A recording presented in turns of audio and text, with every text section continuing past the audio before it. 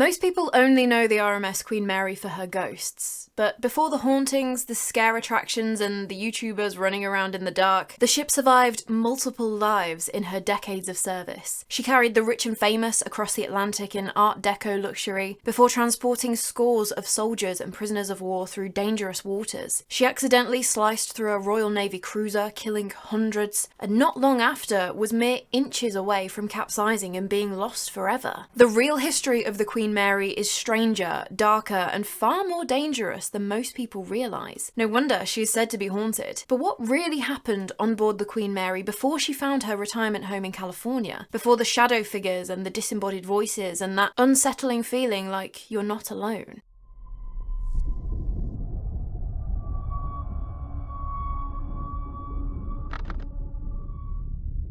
Retiring to California. All that sun must be nice. Especially now it's absolutely freezing in the UK. But in reality, perhaps her retirement hasn't quite been befitting a lady of her status. But that is jumping all the way ahead, because I cover the history behind the hauntings on this channel. I was originally going to talk about everything in one huge episode, but I got a little too obsessed. And to be fair, the Queen Mary's history deserves an episode all on its own. Unbelievable the things I found out. But her story begins back in 1929 when the Cunard Line announced their plan to build a new, luxury, state-of-the-art ocean liner. And on the 1st of December 1930, the first keel plate was laid at the John Brown shipyard in Clydebank, Scotland. She didn't even have a name at that point, it was just known as Hull Number 534. And while the Cunard Line had rivals to keep up with and business goals to meet, like all of that, the timing for this huge, expensive new liner was just not the one, really. The world was still reeling from the Wall Street crash in 1929, which had triggered the Great Depression, and it was being felt all over. So much so that in 1931, as the liner was up to 9 stories high with 80% of her hull completed, the shipbuilders had to down tools and walk away from the job. There just wasn't enough money to carry on building her. And there she sat in that shipyard for over 2 years. Just nothing happening, nothing going on. Could you just imagine being the chairman of the Cunard Line at that time, seeing all of that money that you've already invested just sitting there?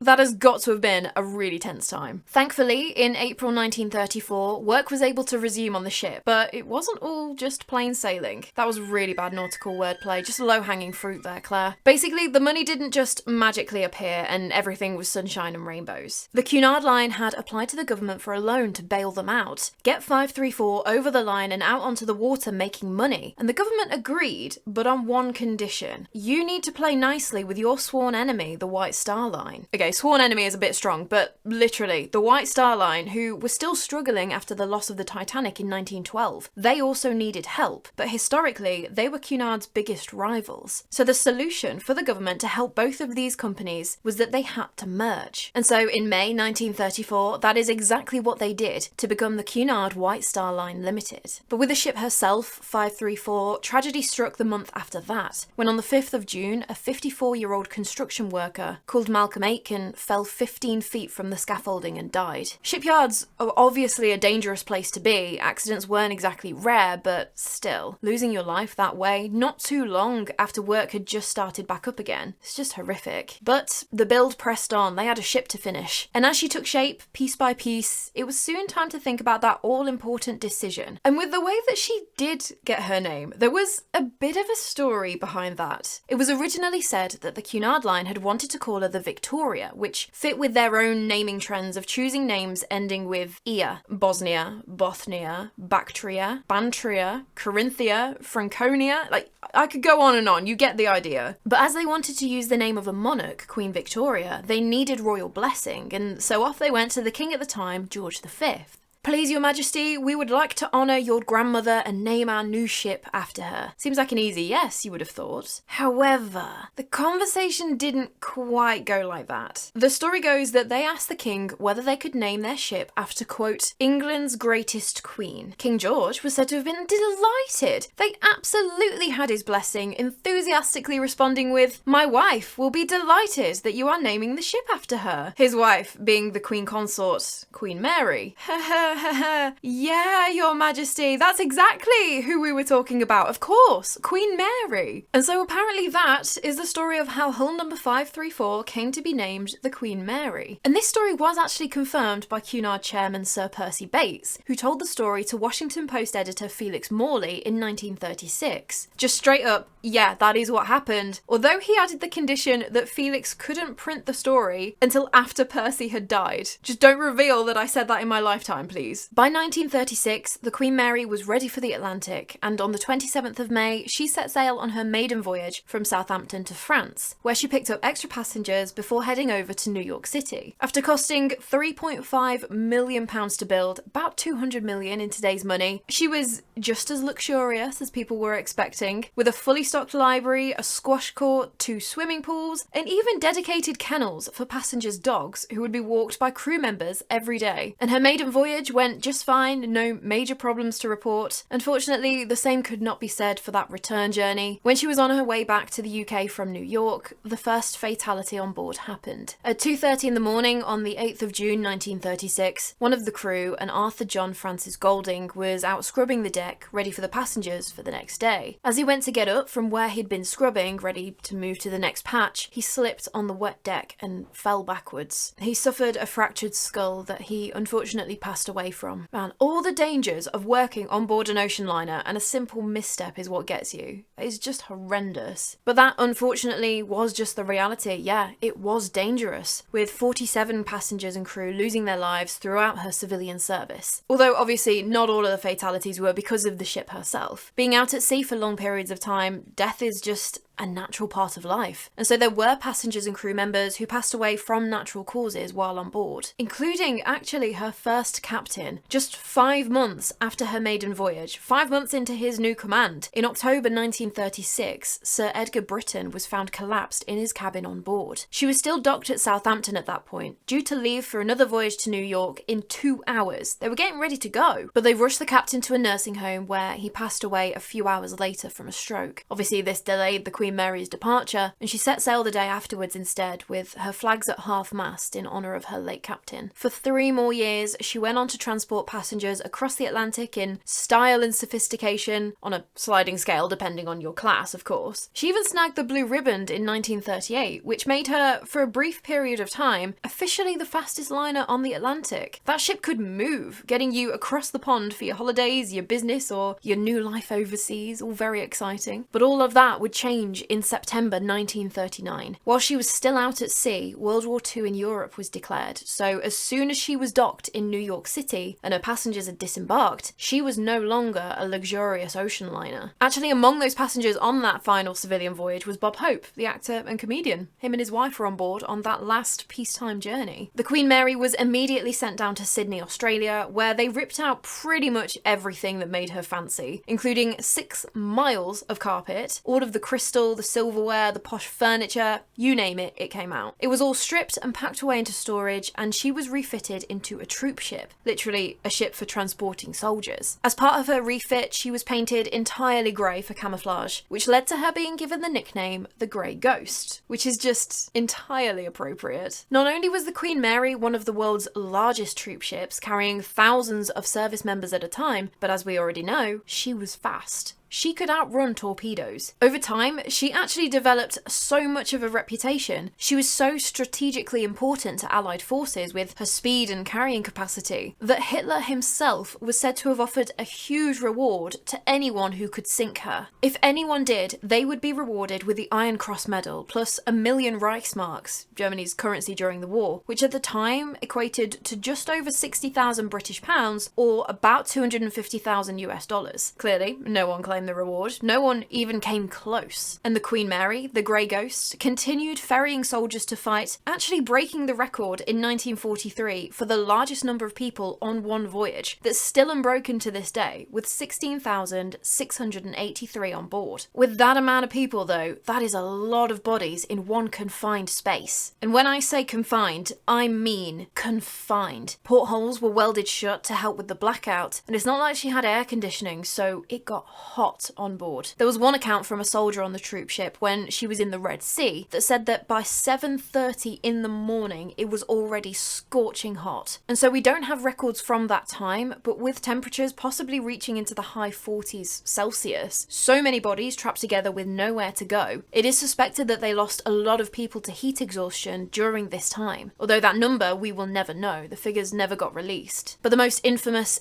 deadly incident in the Queen Mary's entire life, not just as a troop ship, happened on the 2nd of October 1942, as she was just rounding the north coast of Ireland on her way from New York to Scotland. She was very nearly there. But as she was now in range of German aircraft, she was joined by an escort, the anti-aircraft cruiser HMS Curaçao, and they were both sailing an evasive zigzag pattern in the water. Every 8 to 10 minutes you go from zig to zag, keep the enemies confused if they're about. But then, disaster. The Curaçao had been sailing super close to the Queen Mary, and she ended up directly in the ocean liner's path. The Queen Mary sliced clean through the Curaçao like a knife through butter. One serviceman who was below deck on the Queen Mary eating at the time mentioned that there was a little shudder, the liquids shook a little, but other than that, nothing major. Most of them didn't even know what had happened until they reached port in Scotland. The crew of the Curaçao, though, were not as lucky. One witness who did see what happened said that the collision tossed the Curaçao sailors on the upper deck into the freezing cold Atlantic like falling autumn leaves just tumbling to the floor. Her stern section sank below the water quickly, with the bow half following soon after. Because it happened so fast, within something like 5 minutes, so many people were trapped within the cruiser as it went down. The men who had survived the collision and were clinging to wreckage in the water weren't out of danger though, because after seeing their ship sink along with hundreds of their crewmates with her, they watched in horror as the Queen Mary carried on full speed towards the horizon, leaving them there alone, stranded in the ocean. You just cannot even fathom it, can you? Seeing your only means of rescue pulling away from you, and you don't have a clue if anyone is going to come back and save you. But the thing was, the Queen Mary couldn't stop. It was policy. You can't have one of your most valuable ships stopping for rescue operations. She had to carry on. But the captain of the Queen Mary, Cyril Gordon Illingworth, he put out the call almost immediately to nearby ships in the area to come and rescue the stranded men in the water. And when I say nearby, it's not like they could swing by in 10 minutes and come and scoop them up. It took hours for help to arrive, in which time a lot of the men who had survived the initial collision died of hypothermia. One of the ships who answered the call for help was HMS Bramham, and the sight that greeted them when they reached the remaining crew of the Curaçao was just awful. Able seaman Enoch Foster said that the ocean was covered in spilled oil from the collision, and there were countless heads with oily faces but panicky white eyes looking up at them, absolutely terrified, traumatized. Some men were shouting for help, some were shouting for their mothers, and others were just choking on the fuel oil. Just completely powerless. Of the 437 men aboard the HMS Curaçao, only 99 survived. The other 338 were lost, and most of them were entombed within the twisted remains of the cruiser at the bottom of the North Atlantic, as only 21 washed ashore and were able to be buried. The Queen Mary only suffered a fractured stem at the frontmost part of her bow, which was patched with 70 tons of concrete before it could be replaced a few weeks later. Just an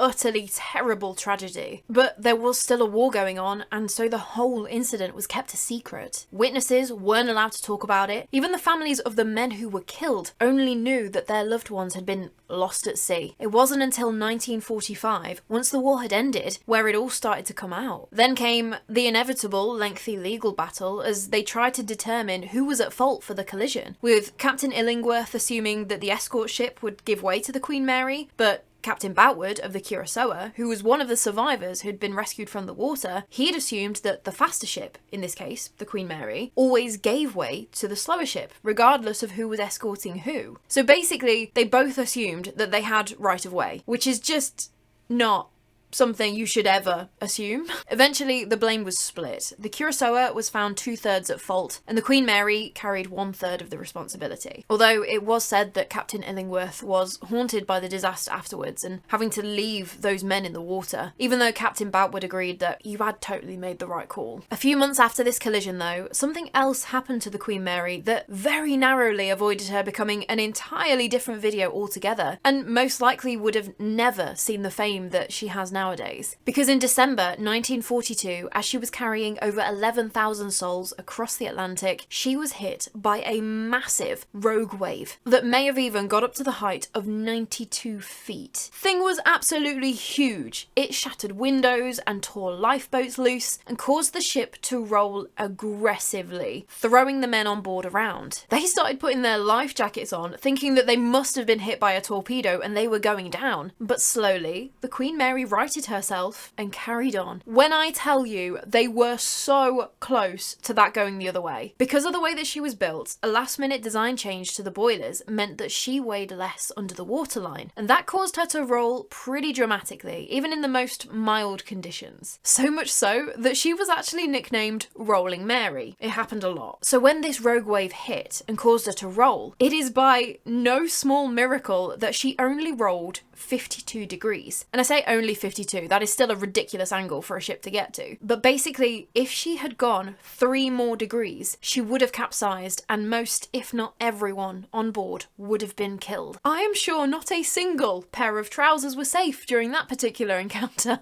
At the time, rogue waves, which means a wave that is more than twice the height of the surrounding waves and just looks like a wall of water coming right at you, they were such a bizarre idea that some people didn't think that they were real. Just sailors making up tall tales or exaggerating a particularly rough storm or something. But there was one guy who, on hearing about this incident that happened to the Queen Mary in 1942, was struck with inspiration to write the novel that eventually became the 1972 film, The Poseidon Adventure. The author, Paul Gallico, not only because he'd heard about what those troops went through in 1942 though, but because he had also lived through it on the Queen Mary when he was a first-class passenger in 1937. I know, he stated that he was eating in the first-class lounge at the time when all of the plates and things just slid off the table. And as he looked over to the window, he noticed that he could see ocean, and that was all he could see. You're not supposed to see that out of the window there. So yeah, I told you, Rolling Mary could be a bit dramatic at times. But the important bit is that she survived this rogue wave and went on to see out the rest of the war too. By the time the Germans surrendered, it was estimated that the Queen Mary had carried more than 800,000 servicemen, and her work wasn't done there. After the war, she carried war brides and their children over to the USA to reunite American soldiers with the women that they had met and married overseas. But once the Grey Ghost had fulfilled her duties, it was time to transform back into the iconic commercial ocean liner and return to passenger service. Her first voyage after the war departed New York on the 31st of July 1947, and she was right back to it. Over the following years, she remained a firm favourite for celebrities. Clark Gable actually delayed her departure for 18 minutes in July 1948 as he was saying goodbye to his lady friend at the time. Elizabeth Taylor sailed on her multiple times with her 2 poodles. The Duke and Duchess of Windsor, former King Edward and his wife Wallis Simpson, they loved sailing on her, referring to her as their ship and always booking M58, which is now known as the Windsor Suite. Walt Disney sailed on her in 1951 so that he could attend the premiere of Alice in Wonderland in London. And in 1957, Audrey Hepburn and Mel Ferrer boarded the Queen Mary for their second honeymoon to Europe. Because why not have 2 honeymoons? Winston Churchill actually returned to sail on her post-war, as he travelled on her during the war too. And so the ship even has a suite named after him now. And so clearly, you can see the types of people that the Queen Mary was entertaining on these transatlantic crossings in the 40s and 50s. But unfortunately, that golden age wasn't going to last for much longer. In the later 1950s, going into the 60s, airlines were turning to jet-powered aircraft. So getting to your destination via the skies was becoming more popular and more accessible. And so then you didn't have to sail for the best part of a week, you could do the same trip in the best part of a day instead. As a result, the Queen Mary's ticket sales started to slow down until she started to operate at a loss. In 1966, Cunard announced that the iconic Queen Mary was going up for sale, and they received the inevitable bids from scrapyards. Could you imagine if they had won out? And that would have been it, she'd have just been scrapped, and that was that. But instead, thankfully, the highest bid came from the city of Long Beach in California. Yeah. In 1967, the sale went through and the Queen Mary embarked on her final voyage on Halloween, the 31st of October that year. Unfortunately, the final fatality also happened on this last journey when a chef called Leonard Horsburgh developed heat stroke and passed away from a cerebral hemorrhage. It was the same issue as what had most likely happened during the war. Because she'd been too big to fit through the Panama Canal, she'd had to go all the way around Cape Horn in South America. And so when she'd been passing the equator, she had heated heated up to unhealthy levels. When the Queen Mary arrived in Long Beach though, she went through years of work to be modified into a floating hotel and tourist attraction, something that a lot of people, understandably so, aren't super happy about how it was done, as it was during this time that we lost a lot of original fixtures and fittings and even rooms. But she officially opened to the public in 1971, and she saw over 1 million visitors as people scrambled to poke around inside this iconic liner. However, the novelty wore off and visitor numbers started to decline. But there was another problem, as multiple different private companies leased different business operations all within the Queen Mary, so it was all a bit chaotic. Nothing was particularly profitable. But then along came Jack Rather, a chap who we've spoke about before on this channel, as he was the guy responsible for building and running the Disneyland Hotel. So you could say he knew what he was doing in this field of work, but he really had an interest in the Queen Mary, as along with his wife, Benita Granville, they'd sailed on board numerous times. They absolutely adored her. He put in for a 66-year lease, which he was given in September 1980. So he set about making her the roaring success that she deserved to be, spending about $25 million on refitting her again and getting her up to scratch. He also saved the airplane known as the Spruce Goose, a Hughes H-4 Hercules, which he placed in a purpose-built dome next to the Queen Mary, just turning the area itself into an attraction. Come and look at these marvels of engineering kind of thing. Unfortunately though, Jack Rather passed away on the 12th of November 1984, and while the subsidiary of the Rather Corporation, Rather Port Properties Limited, continued to operate the Queen Mary for a few years after his death, it wouldn't last too much longer, as in 1988, the Walt Disney Company bought the Rather Corporation, including the Disneyland Hotel and the operations lease for the Queen Mary. And that is how Disney got involved with the ship. Not that at the time you would have necessarily known it. They didn't market it like Mickey's Magical Queen Mary or anything like that. As far as I know, not a pair of mouse ears in sight. But they didn't want to keep it that way. They did actually have grand plans for the grand old lady. Less about the Queen Mary herself and more about the land around her. They wanted to create a new theme park, Port Disney, with the liner as a part of it rather than the focal point. But as they were making all of these plans and proposals and board meetings and all manner of things that need to go into something like that, they still needed to make some sort of money in the interim. And so it was around this time, as reported in the LA Times in 1988, where ghost tours were first offered on board the Queen Mary. Apparently, they went around the existing staff members asking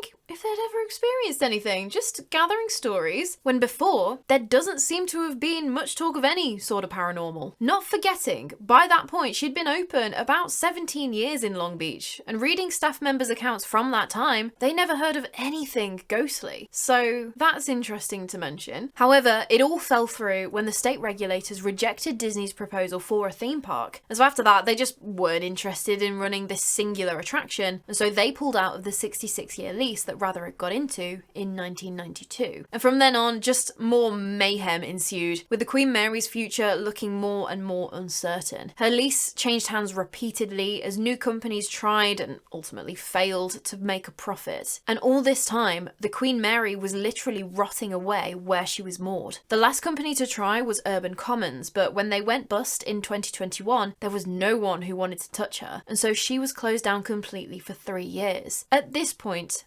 mercifully, the city of Long Beach decided that enough was enough. She'd gone through pretty much 50 years of mismanagement. It was time to do it properly. They brought her back from the brink with much needed emergency repairs, and now they operate the hotel, and by the looks of things nowadays, the future is looking brighter for her. Hotel bookings are up, they offer multiple tours that seem to be incredibly popular, so that's all good. But you only need to do a search on YouTube for the Queen Mary to be greeted with video after video after video of YouTubers claiming to have spent the night on the world's most haunted ship. They say that they've had terrifying experiences, everything from witnessing objects moving about their cabins, to capturing terrifying EVPs, to even seeing actual shadow figures with their own eyes. It's clear that nowadays, with the way that the Queen Mary leans into her ghostly reputation, the paranormal has become a financial lifeline for this aging and again expensive liner. And of course, it does raise a bit of an eyebrow when the ghost tours started during a time when she was struggling to keep afloat, wordplay intended. But is it a case that there's there's no smoke without fire. With her history, her 47 recorded passenger and crew deaths, and countless others during the war, the disaster with the HMS Kurosawa, could there actually be something to her ghostly reputation? Because from phantom little girls hanging around a long-drained pool to unfortunate crew members still looking for a decent bottle of gin, I have a lot of ghost stories from the Queen Mary to share with you next time. Because that is going to be where we pick back up next time. Honestly, there were just too many to try and cram them all into the one episode, and like I say, her history is fascinating. I promise though, there will probably be an even longer episode just for the ghosts. Some well-known stories, some lesser-known weirdness, and as ever, my sprinkling of salt on some that really got my eyebrow raising. You know how it goes. But if you enjoyed learning about the history of the RMS Queen Mary just as much as I did, please do like the video. And if you fancy learning more haunted history and you're not already subscribed to, it would be great to have you along for another one. But anyway, that is all from me today. Go grab a drink of water, fresh water, not salt water, please. Need you to stay hydrated. I cannot wait to chat with you more about the morbid, mysterious and macabre. So until next time, sleep safe.